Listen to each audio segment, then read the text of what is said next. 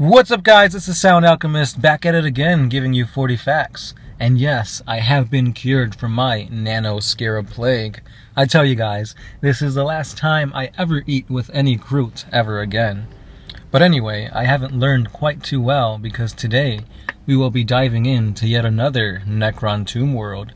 But this time, I will be giving you guys 40 facts on the Necron Armory, starting with their close combat weaponry. So let's begin.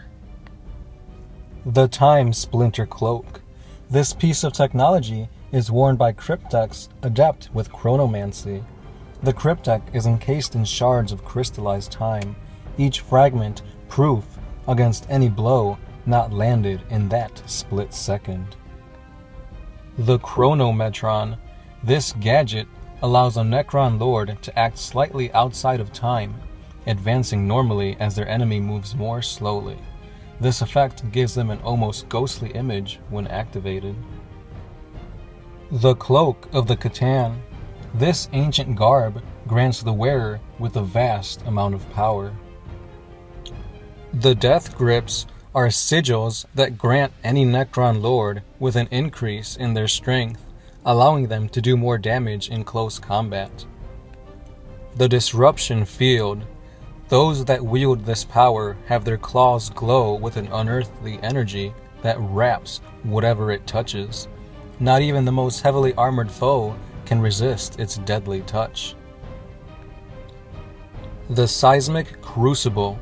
Those cryptechs adept at geomancy can produce tremors in rock, metal, and even the air itself. The Shadow Loom is an aura of darkness that makes it difficult to track and target those within. The Mantle of Doom is a piece of shoulder armor that grants the wearer a portion of a Catan's power. The Heart of Darkness. This self-repair system allows the Necron Lord to increase his living metal body to regenerate at a faster rate. The Dispersion Shield are energy shields that are most commonly used by the Lich Guards, and they could even deflect incoming fire right back at their foes. The Solar Pulse is the Necron Lord's staff, which releases a blinding flash of light across the vast area. The Sempiternal Wave. This adamantium filament has added minerals to increase its durability. It is most often worn on a Necron Lord. Lightning Field. Bolts of emerald lightning surround the cryptech. It's a potent weapon in close combat. The Death Shroud. These rotting shrouds grant a Necron Lord with increased speed and reduce the damage received from ranged attacks. The Destroyer Body. This augmentation allows the Necron Lord to soar over the battlefield. It gives him an added boost in his mobility and durability. The Phase Shift Generator. This device is found on Necron pylons, and it is used to generate a field that allows any Necron inside to simply shrug off any attack that would normally destroy them. The Gaze of Flame. The Necron's eyes glow bright white, stealing an assailant's speed and courage with a mere look. The Fabricator Claw Array.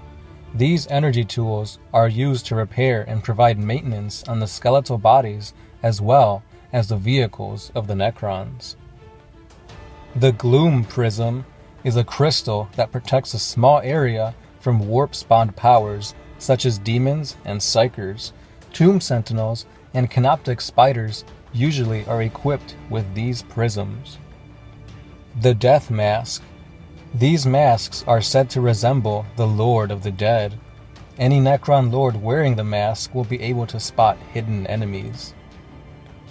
Phylactery. This small orb contains tiny spider-like creatures that swarm over a Necron's body and re-knit their broken frame together, allowing the Necron to continue the fight. The Nebula Scope. This device allows a Tomb Blade pilot to track an enemy through different dimensions. Quantum Shielding. This force field only activates at the exact moment of deflection, and it is highly powerful. The Phase Shifter. This mighty device makes a Necron Lord's body incorporeal, allowing all attacks to simply phase through him, while he can strike back with his usual force. The Resurrection Orb. This orb allows any broken Necrons to reassemble themselves and return to the battle. The orb creates a fusion reaction similar to a miniature sun, enhancing the living metal's regenerative properties. Mind Shackle Scarabs. At the bearer's command, tiny scarabs bury themselves into the victim's mind and turn the victim into a living puppet for the Lord. The artifacts of the Necrons. The Veil of Darkness. The Lord can summon darkness, which twists and turns around him like a ghostly cloak. This darkness allows the Lord and those near him to teleport elsewhere along the battlefield. The Shroud of Nightmares. The Necron Lord radiates waves of fear and dread. Any enemy which looks at the Lord are grasped by fear and lose all courage, allowing for an easy kill. The Orb of Eternity. Believed to be the first resurrection orb ever created, this incredible orb repairs any and all damage done to any type of machinery. The artifact weapons of the Necrons. The Solar Staff. This staff burns with the light of truth. The staff's mighty flare illuminates not only the battlefield, but any tricks and secrets. The Gauntlet of the Conflagrator.